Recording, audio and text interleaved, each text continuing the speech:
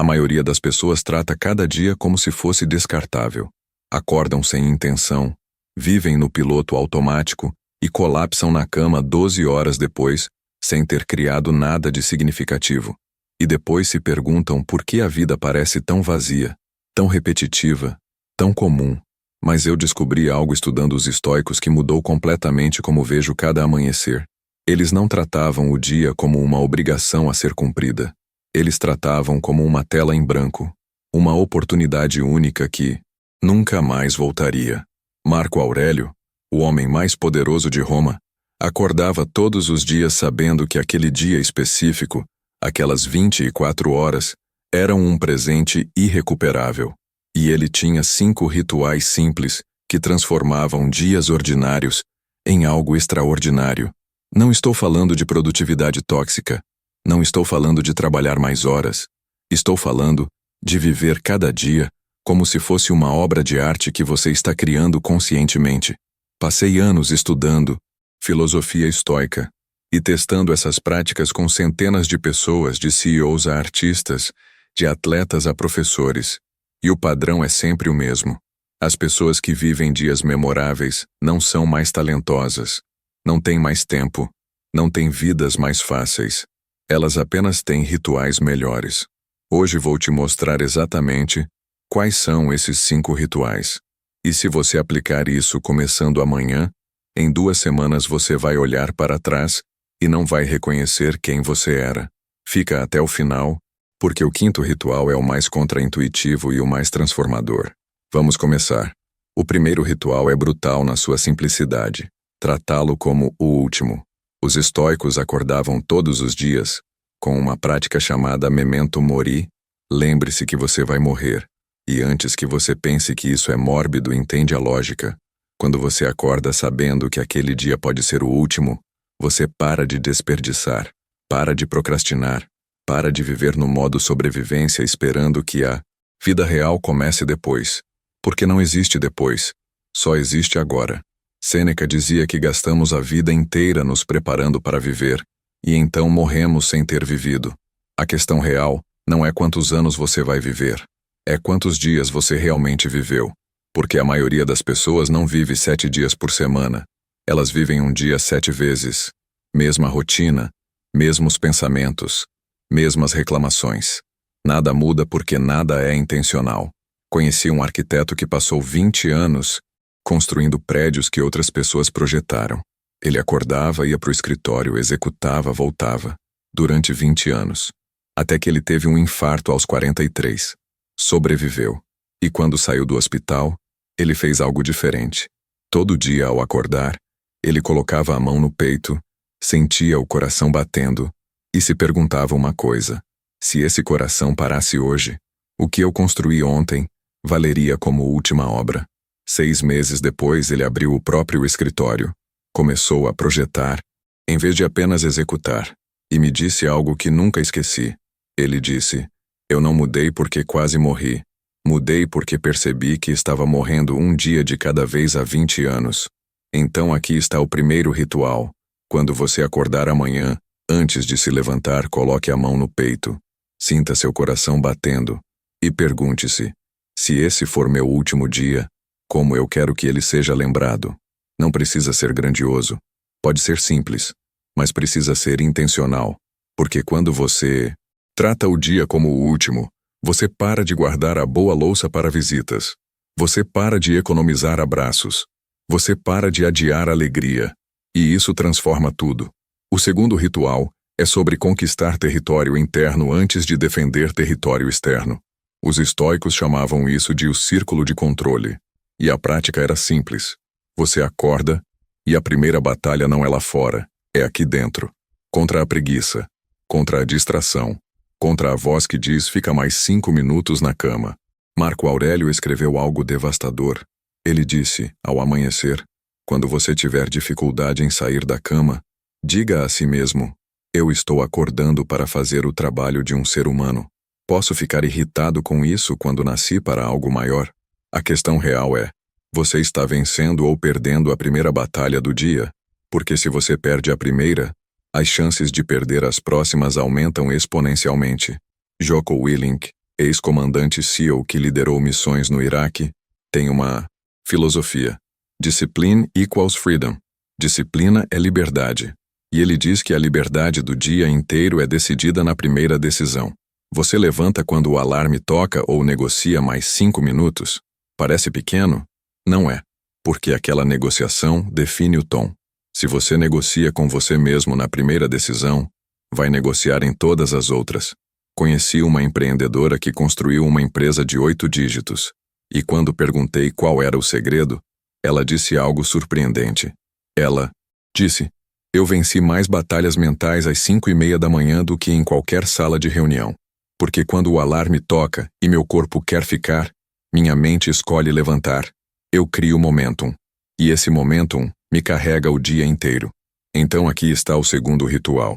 Quando o alarme tocar amanhã, não pense, não negocie, não considere, apenas levante. 3, 2, 1, pés no chão. Porque disciplina não é um sentimento, é uma ação que você toma especialmente quando não sente vontade. E cada vez que você vence essa batalha interna, você fortalece o músculo da autodeterminação. E esse músculo é o que separa pessoas que vivem dias extraordinários de pessoas que vivem dias comuns. O terceiro ritual é sobre ancoragem. Os estoicos praticavam o que chamavam de prosoche, atenção contínua. E a ideia era clara. O dia vai tentar te arrastar. Urgências, distrações, demandas. Mas se você não tem uma âncora, você vai ser levado. Epicteto dizia que você precisa ter um lema, uma frase, um princípio que você revisita constantemente ao longo do dia para te trazer de volta ao centro.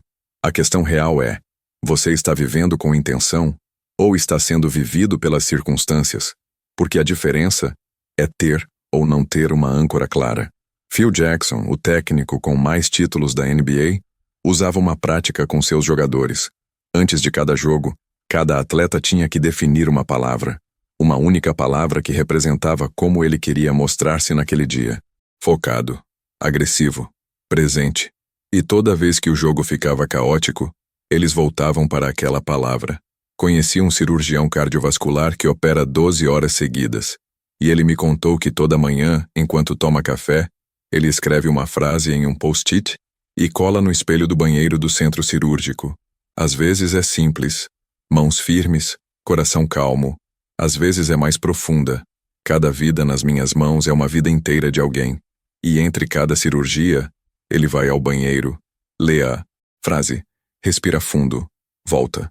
Ele disse: quando estou cansado, quando estou sob pressão, aquela frase me lembra por que estou ali. Me lembra quem eu escolhi ser hoje. Então aqui está o terceiro ritual. Defina sua âncora para o dia.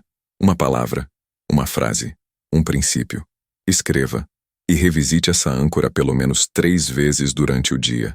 Manhã, meio-dia, noite. Porque sem âncora, você deriva. Com âncora, mesmo em tempestades, você sabe onde está o norte. E isso transforma dias caóticos em dias com propósito. O quarto ritual é sobre perspectiva.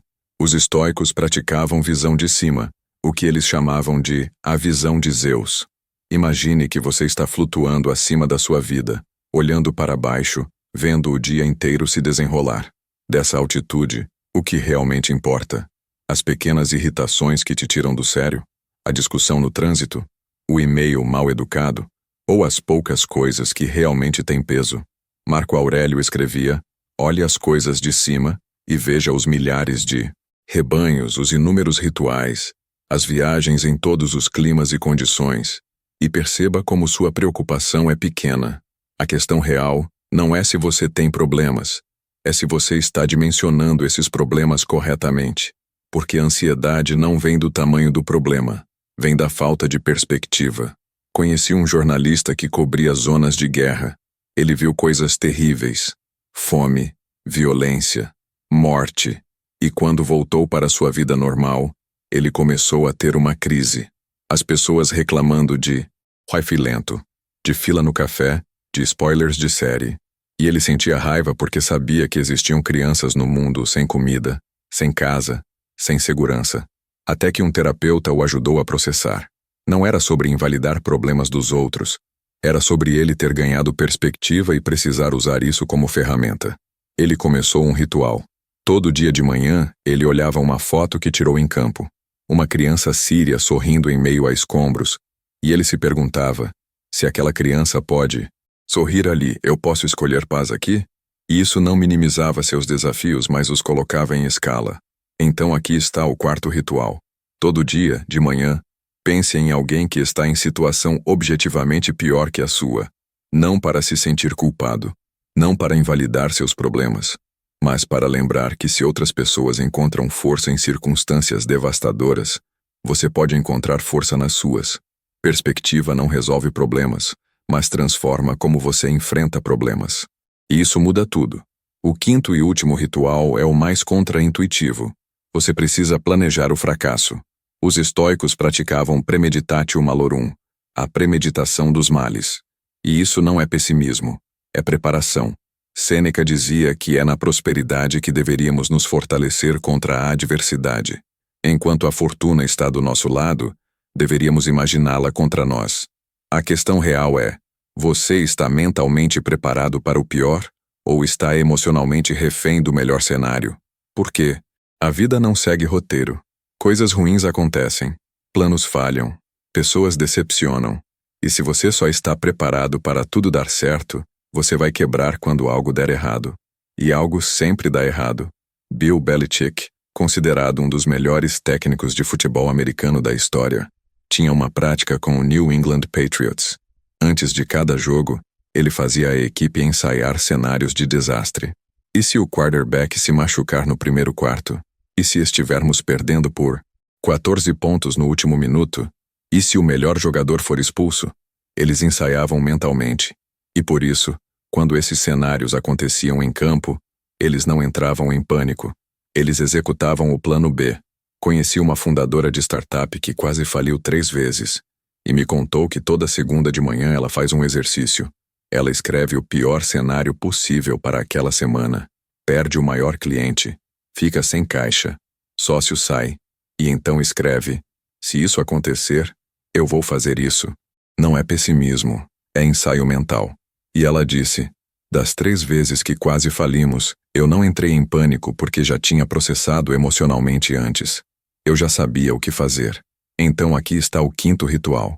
Todo dia, de manhã, passe 3 minutos imaginando o pior cenário possível. E então pergunte-se: se isso acontecer, como eu vou responder? Você não está atraindo negatividade, você está removendo o poder do inesperado. Porque o que te quebra não é a crise, é ser pego, mentalmente despreparado. E quando você pratica isso todo dia, você se torna emocionalmente resiliente. Não porque sua vida fica mais fácil, mas porque você fica mais forte. Agora junta tudo. 5 rituais. Talvez 20 minutos no total. Você acorda e trata o dia como se fosse o último. Você levanta imediatamente vencendo a primeira batalha. Você define sua âncora, a palavra ou frase que te guia. Você ganha perspectiva lembrando que seus problemas são gerenciáveis. E você prepara mentalmente para o pior, removendo o medo do inesperado. 20 minutos. Mas esses 20 minutos criam uma fundação mental que transforma dias comuns em obras-primas. Porque obra-prima não significa perfeição. Obra-prima significa intencionalidade. Significa que você escolheu conscientemente como viver cada hora. E no final do dia, quando você colocar a cabeça no travesseiro, você não vai sentir que o dia aconteceu com você. Você vai sentir que você aconteceu com o dia. E essa é a diferença entre existir e viver. Mas tem uma verdade que eu preciso te dizer. Esses rituais não funcionam se você fizer quando estiver motivado. Eles funcionam especialmente quando você não quer fazer, porque motivação é um sentimento que vem e vai. Ritual é uma estrutura que permanece independente de como você se sente. Os estoicos não esperavam se sentir bem para agir bem.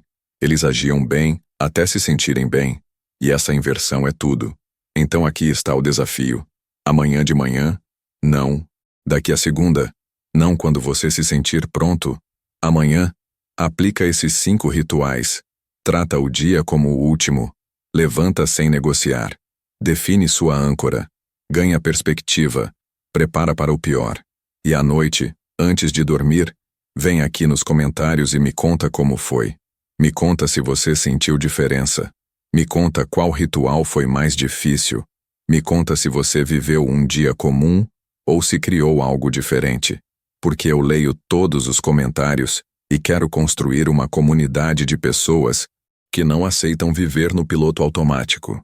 E se esse vídeo te fez pensar diferente sobre o que é possível fazer com 24 horas, deixa um like. Isso ajuda mais pessoas a descobrirem que dias extraordinários não são sorte, são escolha. E se inscreve no canal porque toda semana eu trago filosofia aplicada, mentalidade prática e ferramentas reais para você construir uma vida que, quando terminar, você olhe para trás e pense, valeu cada segundo. A pergunta não é se você consegue transformar seus dias. A pergunta é por quanto tempo mais você vai aceitar viver dias que no final não significam nada. Os estoicos sabiam que cada amanhecer é uma chance de criar uma obra-prima. Está na hora de você saber também. Te vejo no próximo vídeo.